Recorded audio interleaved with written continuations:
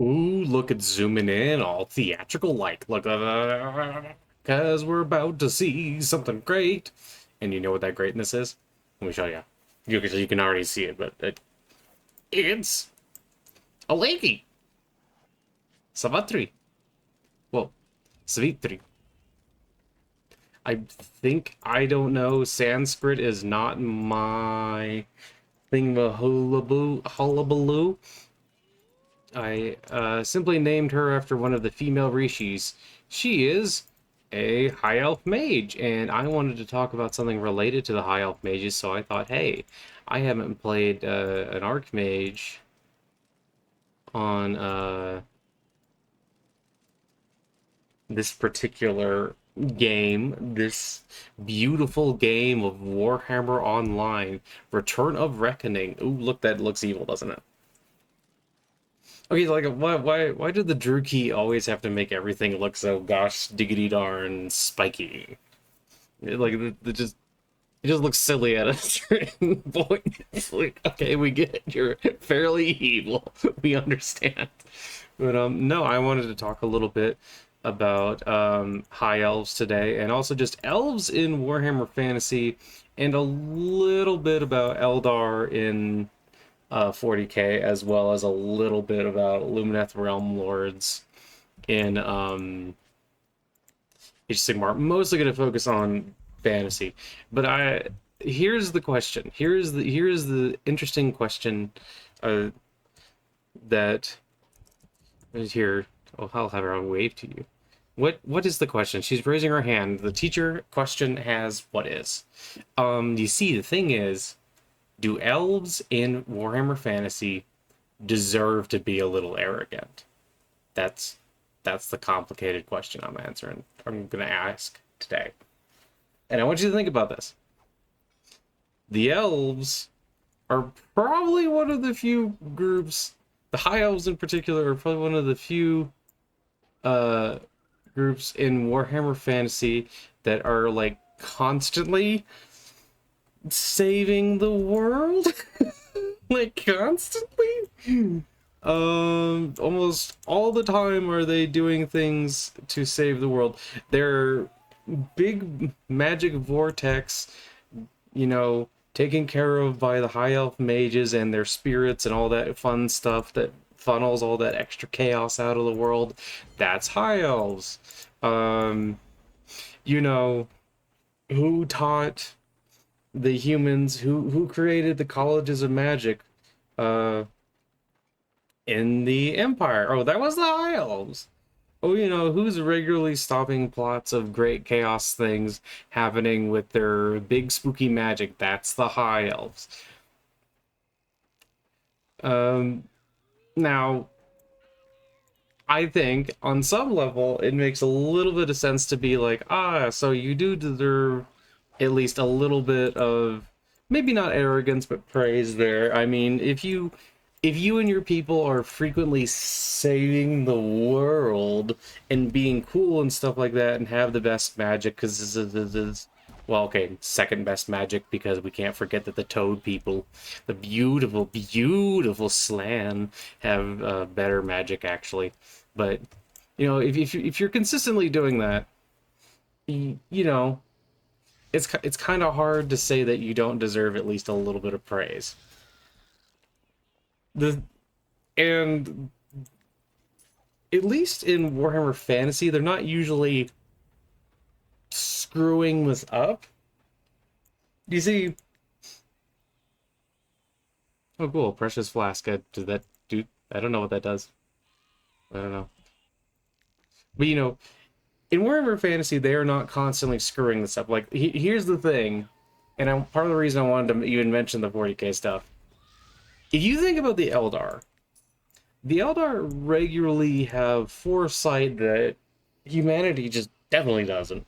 And most of the other uh, races within 40k just, they do not have the foresight to do the correct things to, you know, avoid major apocalyptic events. Typically, the Eldar have to get involved somehow and be like, hey, could you like not do the dumb thing. The thing about the Eldar, though, is that they manage to constantly screw it up. Or, like, Eldrad, even though he's mostly cool, he's, like, trying to summon Yvrain, the Eldar God of the Dead, or basically have her coalesce into a thing, and he manages to fuck that up at the end. So it's like, oh, that's not great. It's like this thing where they're like constantly correct, but then it doesn't really matter how correct they are. They still get their butts pushed in, and that's kind of lame, and a lot of them are very arrogant and racist. But then you also have nice people like Iandin, which Pancreas No Work did a great video about Iandin, and I didn't really know as much about them beforehand, but once he told me all the cool things about them, I was like, wow, these guys are really nice. But like the other difference there though is that, yeah, besides the fact that the high elves at least are normally correct and are normally able to actually stop some of the bad things from happening, is that they're also willing to rely on others and like help them out. Like they're willing to go to the Empire and like try to fix stuff. They do have some issues with the dwarves still, because dwarves are dwarves and dwarf and dwarf. They say dwarf and dwarf things, and then you're like, wow, dwarf. But then they see they see my ears here, and just the racism starts pouring out. And don't get me wrong, sometimes elves will see their short people there and be like, ah, yes, it is time for me to activate the racism glands and spit some racism venom at them. And neither of them should do that. It's not very good. They're both the oldest races in... Well, okay, not the actual oldest, but they're like two of the older races and like examples for the men of the Empire. They should be better, I think.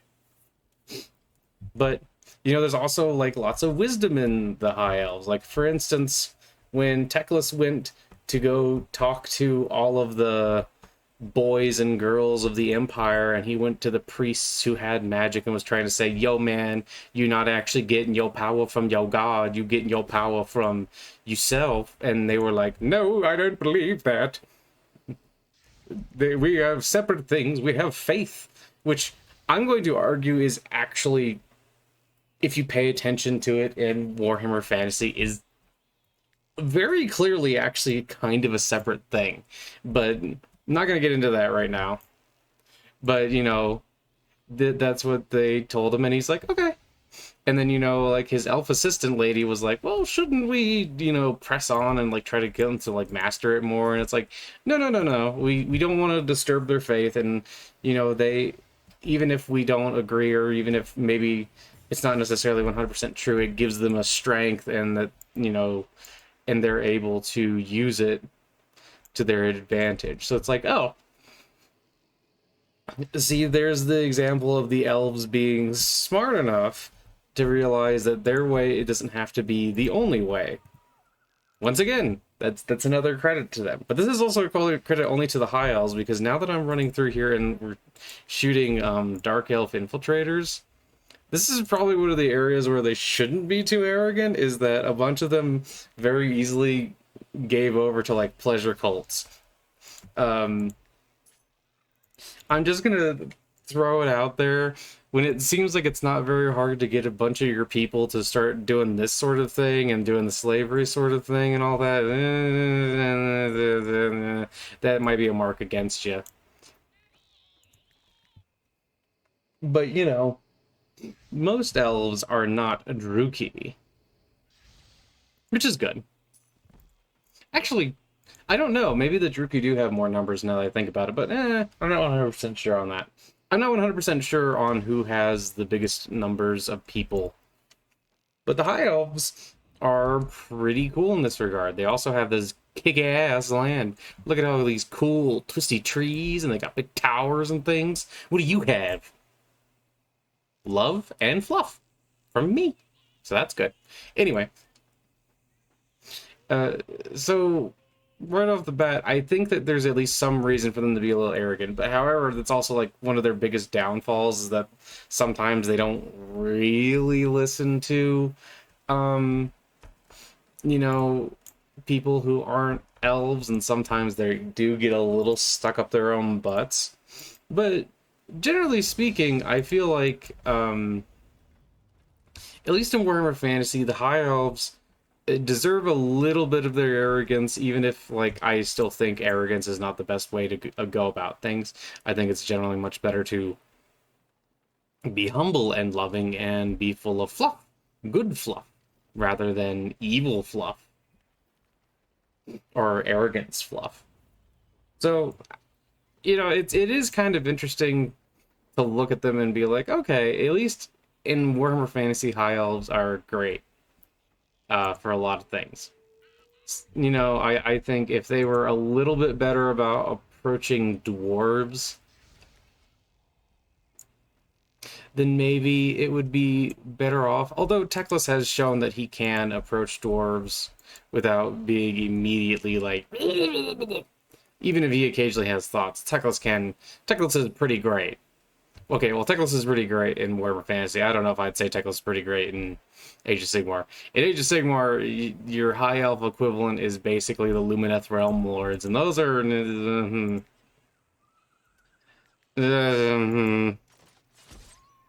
I am going to admit I personally have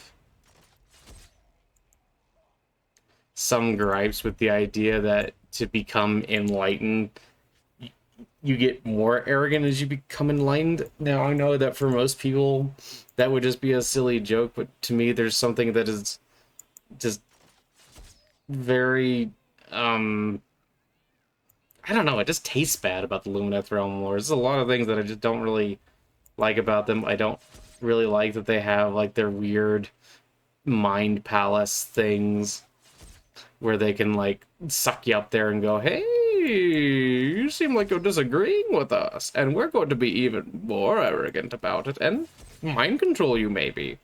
I don't know, that's not as good.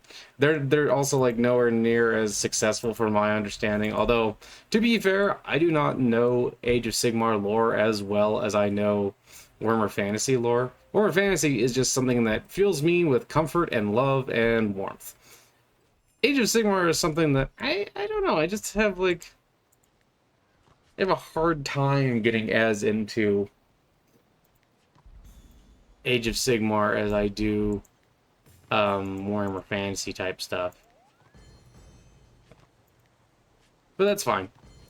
The one thing I will say is that in both instances, elves love their silly hats. They...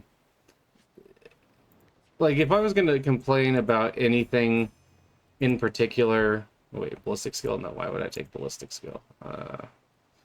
Power... Intelligence...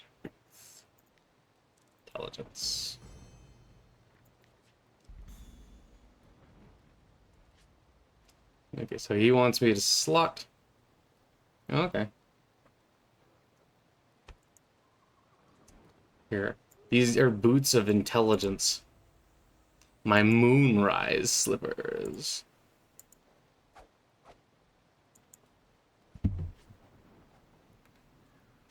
Slot tells and then speak. Oh. The guy down the road, okay. Gems with benefits. It's kind of interesting. Oh yeah, and the elves here, they get all very spiky and evil looking, and I guess that's not necessarily the greatest. And I would prefer if they didn't. Yeah, I don't know. I read a little bit of Age of Sigmar lore, but it's not as... I don't know. Just for some reason, it doesn't, like, trip my trigger as much. I might read a little bit more and try, because I did enjoy making my, I made a free city of Sigmar, or like well, actually just a free city, not a free city of Sigmar, and that was a lot of fun, but I don't know.